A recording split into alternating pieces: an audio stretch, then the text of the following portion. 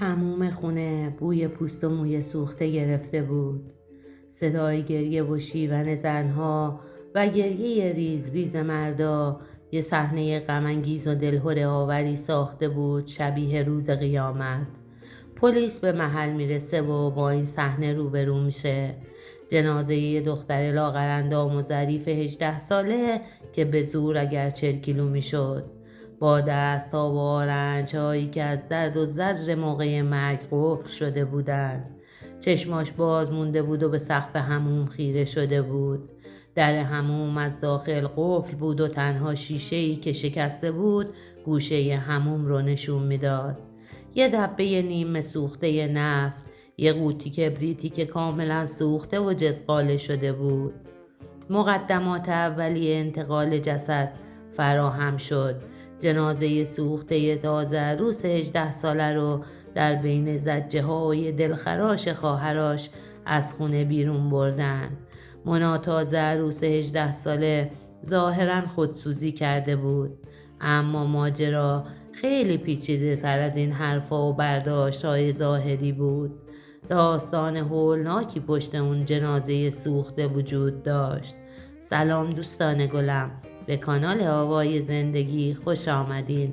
شما شنونده داستانی واقعی از سری داستان‌ها و سرگذشت‌هایی از جامعه هستین. اگر به این سبک از موضوعات علاقه‌مند هستین، لطفاً برای حمایت از ما کانال رو لایک و سابسکرایب کنید و زنگوله کنارش رو فعال کنید. از تو همین خونه‌ای که جنازه سوخته دختر 18 ساله اومد بیرون، 2 هفته پیش عروس اومده بود بیرون. جنازه سوخته و مچاله شده جنازه همون عروس منای دختر 18 ساله بود. 2 هفته پیش لباس عروس تنش بود و چادر سفید رو سرش انداخته بودن و با کلی امید و آرزو و با ساز و دهل راهیش کرده بودن بره خونه شوهر. اما کمتر از 1 هفته بعد برگشت خونه باباش. حالا هم که 2 هفته از اون شب عروسی میگذره، تو حموم خونه پدریش خودسوزی کرد و بعدم تمام. مونا 2 هفته پیش که از خونه باباش بیرون رفت، با چادر سفید عروسی رفت که نشون بده بختشم مثل چادرش سفیده و الان بعد از مدت خیلی کوتاهی جسد سوخته شده شو داخل همون چادر سفید پیچوندن و بعدم گذاشتن داخل کابر سیاه رنگ حمل جنازه. اما مگه تو این 2 هفته چی شده بود؟ چی به این دختر بیچاره گذشت که چنین مرگ دردناکی رو تجربه کرد؟ وقتی که آمبولانس و نیروهای امدادی به محل رسیدن، دخترک بیچاره دیگه مرده بود. یعنی انگار هیچ کس تلاشی برای زنده نگه داشتنش نکرده بود. انقدر صبر کرده بودن تا صدای زجه های دختر بیچاره خاموش بشه و بعد با پلیس تماس گرفته بودن. همین مسئله باعث شده بود که ماجرا رو خیلی مشکوک تر کنه. شواهد حاضر حکایت از خودسوزی داشت و کارشناسی پزشکی قانونی هم تایید کرد که دخترک زنده تو آتیش سوخته، چون در زمان سوختن نفسهای عمیقی کشیده بود و آتیش به داخل ریش رفته بود و در نهایت دچار ایست قلبی شده بود. ولی خب این موضوع خیلی ساده انگارانه بود. اگر باور کنیم که مسئله مشکوکی نبوده، این برای ما خیلی ساده به نظر میرسه. فقط در حدی حادثه تلخ بود که مگه میشد تازه عروس رو بعد از 1 هفته به خونه پدرش برگردونن و بعدم درست زمانی که اعضای خانواده تو خونه هستن خودسوزی کنه و کسی به دادش نرسه؟ قطعاً یه جای کار میلنگه و کسی نمیخواد حقیقت رو بگه. مأموران آگاهی تا میخوان با پدر یا خواهر و برادرای مونا صحبت کنن، مادر خودشو میندازه وسط و معرکه به دست میگیره. خودشم که حرف خاصی برای گفتن نداشته و فقط گریه میکرده، ولی در حین گریه کردن به خودش بسیار مسلطه. حتی 1 بار از دهنش در میره که مونا خودش اشتباه کرد و تقاص اشتباه خودشو باید پس میداد. اینو که میگه خودش اشتباه کرده قطعا منظورش خودسوزی نیست، چیز دیگه ای مد نظرشه. پدر منقلبتر از بقیه است و ناراحتیش واقعی تره.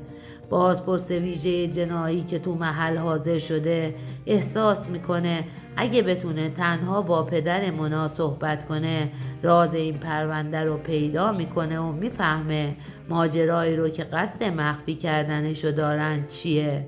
به خاطر همین مامورای پلیس بعد از تحقیقات اولیه خونه رو ترک میکنن، اما پدر مونا رو با خودشون میبرن و به اعضای خانواده اطمینان میدن که چیز خاصی نیست و پدر برای تکمیل پرونده باید به اداره آگاهی بیاد و بعد از چند سوال و جواب به خونه برمیگرده. مادر این تازه عروس نگونبخت خیلی اصرار میکنه که همراه شوهرش به اداره آگاهی بره، اما یه جورایی جلوشو میگیرن و اجازه نمیدن که باهاشون بره. پدر مونا فقط 50 سالشه، اما خیلی شکسته و پیر شده، شکسته و آفتاب سوخته. دستای پینه بسته و صورت چروکش نشون میده که چه زندگی سختی رو پشت سر گذاشته. مرد بیچاره بهار و تابستون و روی زمینای کشاورزی مردم کار میکنه و زمستونا میره شهرهای دیگه برای کارگری. شوخی نیست تو این وضع و اوضاع سیر کردن شکم 10 سر عائله. 8 تا بچه داره که 6 تا دختر و 2 تا پسرن، ولی حالا دیگه 7 تا دختر داره. هرچی پلیس ازش میپرسه سریع جواب میده، اما خیلی دستپاچه و معلومه یه چیزی رو داره مخفی میکنه. در نهایت پلیس که متوجه نگرانی و دستپاچگیش میشه ازش میخواد که واقعیت رو بگه و چیزی رو مخفی نکنه. بازرس ازش میخواد که واقعیت رو بگه که دخترش چرا و چطوری خودسوزی کرده. حتی تهدیدش میکنه و میگه اگه واقعیت رو نگی پروندت بد جور میپیچه و بیشتر گرفتار میشی. پدر مونا اصرار داره که خودشو بیخبر نشون بده و بگه که از موضوع بیخبره و هیچ اطلاعی نداره. بعدم بگه آقای قاضی، مونا رو 1 هفته نمیشه که شوهرش دادم. فرید از فامیلای دور خودمون بود، به خواستگاری مونا اومد و بهش جواب مثبت دادیم. فرید جوان خوب و کاری بود، نجار بود، روستاشونم نزدیک روستای خودمونه. فرید با پدر و مادرش زندگی میکنه. ما هم که دیدیم همه چیز درسته و میتونه دخترمون رو خوشبخت کنه رضایت دادیم و مونا رو فرستادیمش خونه شوهر.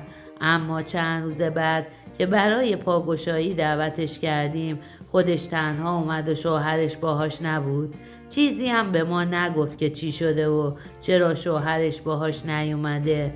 راستش نمیدونم چه اتفاقی بینشون افتاده بود که باعث شد امروز اینجوری بدبختمون کنه. فهمیدن این که پدر داره دروغ میگه و چیزی رو مخفی میکنه خیلی کار سختی نبود. صدای لرزون و پر استرسش نشون میداد که داره چیزی رو مخفی میکنه و دروغ میگه. این که چند دقیقه یک بار حرفاش یادش میرفت و پرت و پلا میگفت خودش مسئله مهمی بود. به خاطر همین بازپرس حرفشو قطع کرد و خیلی جدی و با عصبانیت بهش گفت بابا جون، تو رو اینجا نیاوردیم که برامون داستان سرهم کنی. دست از این مغلطه کاریا بردار. هم من میدونم هم خودت میدونی که از اول تا حالا همه ی حرفات دروغ بوده و داری دروغ میگی. دخترت جزقاله شده و علت مرگش هم مشخص نیست. هنوز گزارش قطعی پزشکی قانونی هم به دستمون نرسیده. از کجا معلوم که خودتون مونا رو آتیش نزده باشین؟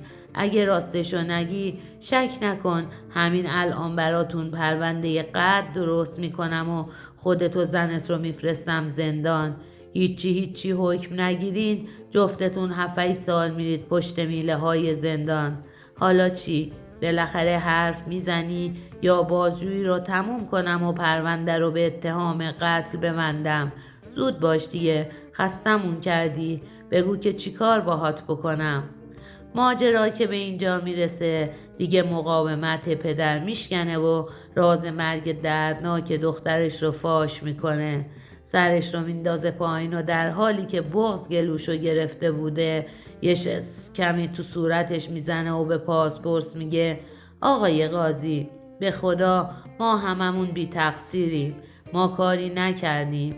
دخترم خودش خودسوزی کرد. حقیقتش مشکلی هم با زندان رفتن ندارم.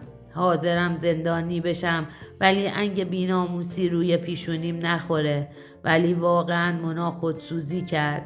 راستش یه چیزی شده بود که اگر خودشم خودسوزی نمی کرد خودم و برادراش می کشتیمش. آقای قاضی، ما رسم داریم بعد از ازدواج، یعنی درست فردای شب عروسی، مادر داماد دستمال عروسی رو به خونه پدر و مادر دختر میاره و مژدگونی میگیره. ما هم طبق رسم و رسوماتمون فردای عروسی مونا و فرید هرچی منتظر موندیم تا مادر شوهرش دستمال عروسی دخترمون رو بیاره، نیاورد. ما همچنان منتظر بودیم و هر روز فکر میکردیم که همین امروز دستمال رو برامون میارن. ولی 5 روز گذشت و هیچ خبری از مادر داماد و دستمال عروسی دخترم نشد، تا اینکه روز 6 مادر و خواهرای دوماد با ناراحتی مونا رو به خونمون برگردوندن و کلی هم حرف و بد و بیراه بارمون کردن که شما که دخترتون سالم نبود چرا این دختر دست خورده رو به ما دادین؟ بعدم مونا رو گذاشتن و خودشون رفتن. فرداشم جهیزیه مونا رو برگردوندن. همه اهل محل و فامیل فهمیده بودن که چی شده و موضوع برگردوندن مونا چیه. آقای قاضی، خودتون پدریت و ناموس دارید. خودتون رو بذارین جای من.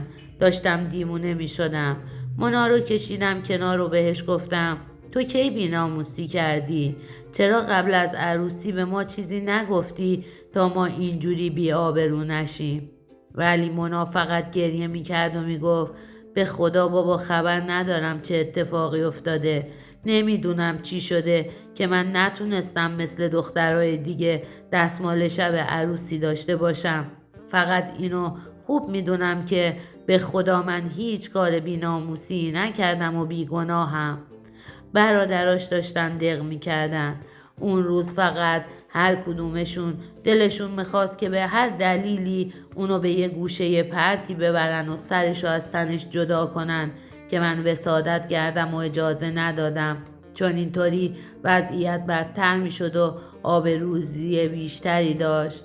اون روز مادر مونا بهش گفته بود ببین دخترک، تو با اون بی‌ناموسی که کردی تنها راهی که داری اینه که خودتو بکشی، چون اگه خودت این کار رو نکنی قطعا داداشاتو با پدرت این کار رو انجام میدن.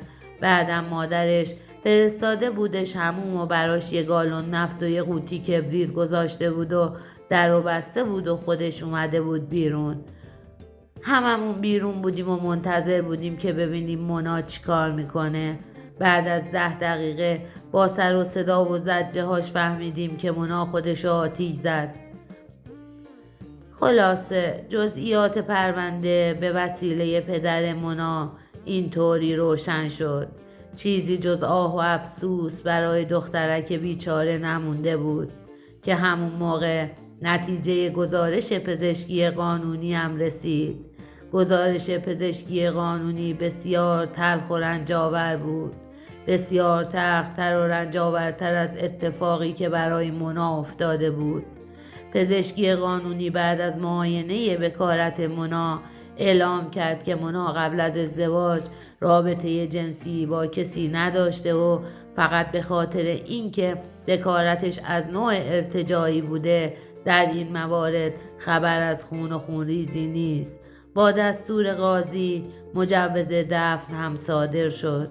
بدن سوخته و جزغال شده دخترک 18 ساله رو بی سر و صدا و بدون هیچ مراسمی توسط خانواده دفن کردن و بعدم دختر 18 ساله با تمام آرزوهاش به زیر خاک خوابید.